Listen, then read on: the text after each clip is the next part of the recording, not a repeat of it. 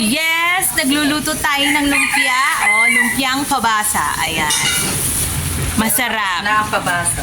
Kahit tapos na ang pabasa dahil mahal na araw, hindi po ba? Ayan, nagluluto tayo ng lumpiang pabasa dahil Linggo de Ramos ngayon at syempre Happy Easter sa lahat. Oh, busy.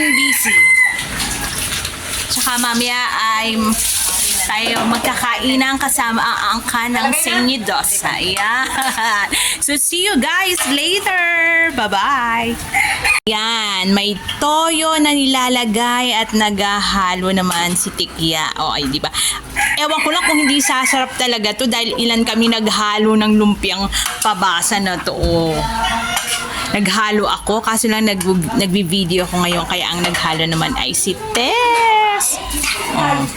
O, ang sarap luto. Oh, makulay ang lumpia. Oh, 'di ba? May green, may orange, may yellow. Wow, ang sarap. Ano pa lang 'yan?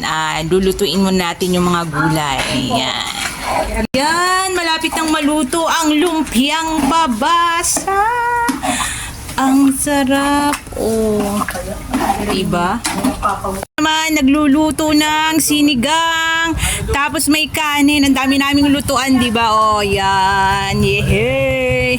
Ang mga nagluto, ayun, yung mga nakaupo. Oh, aking tito at saka tita. Nandiyan sila sa ilalim ng, opo, aahon po yun mamaya. Ang sinigang. Oh, ang mga nagluto ay ang mga kalalakihan. Oh, wow! Wow, yummy! Luto na ang mga kababaihan dito na lumpiang pabasa. Yan, Tita Dora, si Mami, si Tess. Oh, di ba? Si Jasper taga-kain. Ayan, o akala nila sila lang nakaluto na rin kami. Ang minudo ni Tita Dora. O, di ba? Ang daming food. Binabati namin si Tita Dora ng happy birthday. Dahil birthday niya.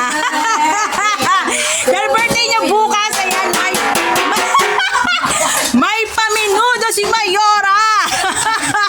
Happy. Ayan, di ba? Ang sisipag. Naku, Diyos ko.